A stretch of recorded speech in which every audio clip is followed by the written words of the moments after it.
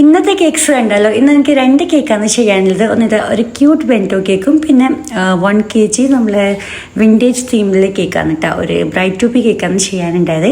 അപ്പം ഞാൻ 1 kgൻ്റെത് 6 ഇഞ്ചിൻ്റെ 2 പാനിലിട്ടിട്ട് ബേക്ക് ചെയ്തെടുത്തതാണ്. ഇപ്പം നല്ല ചൂടായത് കാരണം ഒന്നെങ്കിൽ ക്രീം നല്ല ഹൈ ബീറ്റായി പോകുന്നുണ്ട്, അല്ലെങ്കിൽ ഭയങ്കര ലൂസായി പോകുന്നുണ്ട്. ഒരു കറക്റ്റ് കൺസിസ്റ്റൻസിയിൽ കിട്ടാൻ കുറച്ചൊരു ബുദ്ധിമുട്ട് തന്നെയാണ്.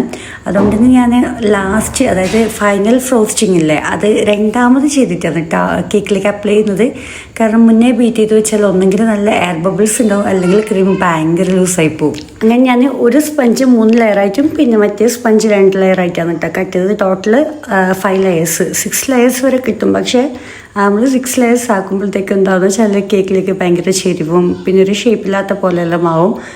ഫില്ലിങ്സും കാര്യമെല്ലാം വെച്ചെടുക്കുമ്പോൾ അതിൻ്റെ ഒരു വെയിറ്റ് കാരണം കേക്ക് അങ്ങോട്ടും ഇങ്ങോട്ടെല്ലാം പോകും.